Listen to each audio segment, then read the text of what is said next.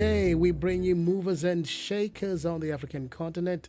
Tseko Tukani is an award winning South African theatre practitioner, playwright, director, poet, voiceover artist, and certified life coach.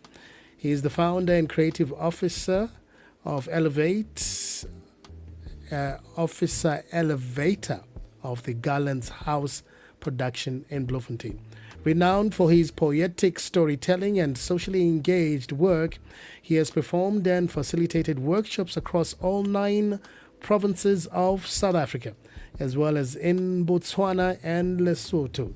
His accolades include the multi-award winning production Lisedi, being an NAF and Distel Playwright Competition finalist and Best Director of Parkosphos Capacity Building. Recently, he was featured by the National Arts Council as a panelist during Reconciliation Month, contributing to national conversations on the role of the arts in national building and social cohesion.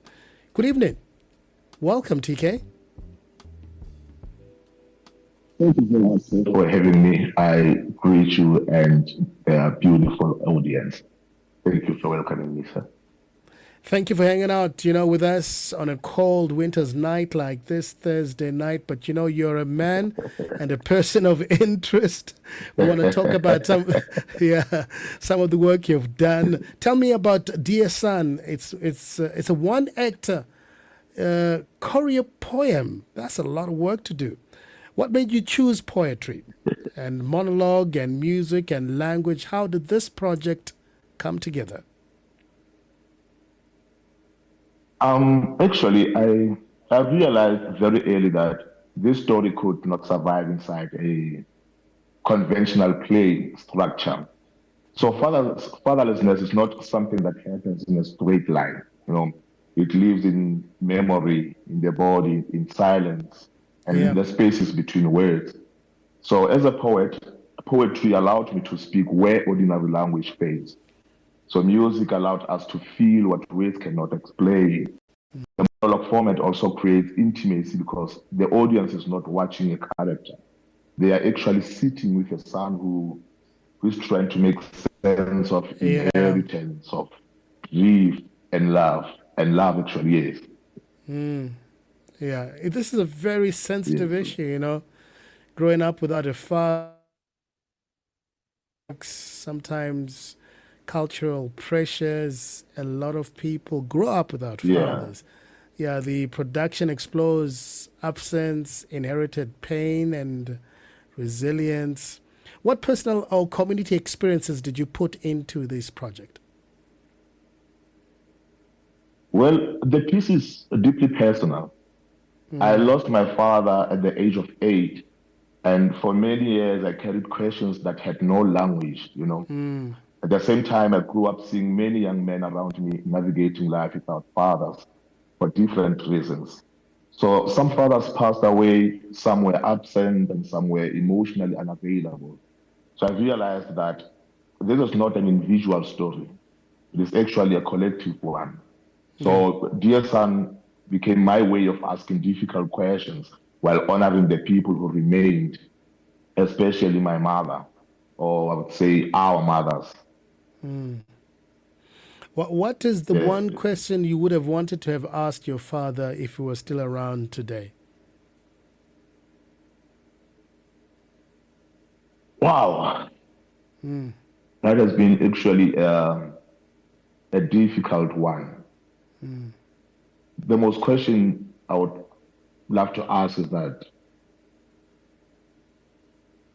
because at this age I still do not know how to be a man at all, because growing up without one, you never know actually if you will be let me say the real man you would have been if your father was still alive. So I think the question would be, who am I without you? Yes. Yeah. No, I Speaking understand. of identity and longing. Yeah. It really is difficult, and you can only understand the depth of that question if you are a man who has grown up without a father. You focus on young men growing up without fathers. What do you want the audience to understand? How can somebody who doesn't have a father cope today? I want people to understand that fatherlessness is not simply about a missing person. Fatherlessness is about the emotional labor that follows. It affects identity, it affects confidence, it affects relationships, and even how a person imagines their future. I also want people to understand that not every absent father is a story of abandonment. Sometimes it is death, sometimes it is circumstances beyond anyone's control. So, yet the impact on a child remains profound, I would say. Welcome back to African Diaries. My very special guest tonight is TK. TK, are you still with us? Yes, I'm still here, sir. Oh, fantastic. You're the founder of the Gallant's House Production in Bloemfontein. How did you start your company? And, what shaped Dear Son, and what really motivated you to become a company owner of a production house such as that? Um, it gave me freedom. I was able to build a process rooted in collaboration, experimentation, and care. So it allowed me to develop work that is socially engaged without worrying about fitting into traditional boxes. So the Gallant House Productions is built around telling honest stories, and Dear Mm, Son is perhaps the most honest work I have created. okay. As you said, it also comes from a Yeah, very yeah. deep personal position. Lissetti won multiple awards, and you were Best Director for Parkov's Capacity Building. Congratulations. What lessons from these Yeah, thank you. projects carried into creating Dear Son? Um, I think the biggest lesson was to trust the simplicity. You know, you do not Mm, need a spectacle to create impact. If the truth is strong enough, then the audience will meet you there. yeah, Simple as that. I also learned that vulnerability can be a powerful artistic tool, actually. yeah. Yeah, you're also certified as a Yeah. life coach. How do you balance the role of the artist and healer when audiences are moved to tears or personal reflection when they see some of your shows? I always remind myself that I'm not there to fix people, actually. Mm, I'm there to create a safe space for reflection. Sometimes healing begins when people realize that they are not alone. mm, So the theater becomes a place where people can finally give language to experiences they have yeah. carried silently. Yeah. Yeah, yeah, yeah. Well done. You're doing extremely well. You were a NAF and Distel Playwright Competition finalist. So that obviously shows that you're a very talented and gifted person. What kind of projects do you want to continue working on now that you have this theater company that is doing well? Um, it affirmed that socially engaged storytelling matters.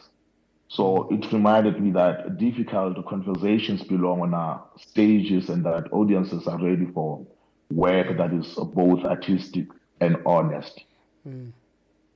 Yeah, yeah. Yeah, yeah. Yeah, yeah. Now I like that. During Reconciliation Month, you spoke with the National Arts Council about arts and national building.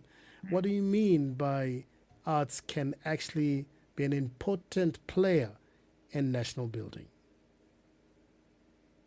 I believe reconciliation begins at home. Mm, Before we can heal as a nation, we must acknowledge the wounds inside our families and communities. yeah, So, Dear Son particularly contributes to that conversation by asking us to confront inherited pain with compassion and honesty. yeah.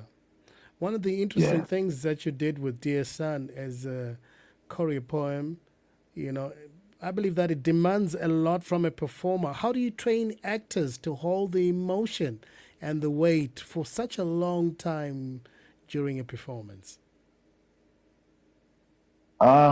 It's not really, because some of them carry the similar weight that I'm carrying. So I kind of teach them to separate memory from performance. We Okay. revisit the emotional truth, but we do not relieve the trauma every night. So we breathe work, grounding exercises, and ensemble support become essential tools for sustainability. Okay. So it's actually a very special skill to dichotomize and separate your story from the character that you're playing, right? Yes, yes. Yeah. No, I understand.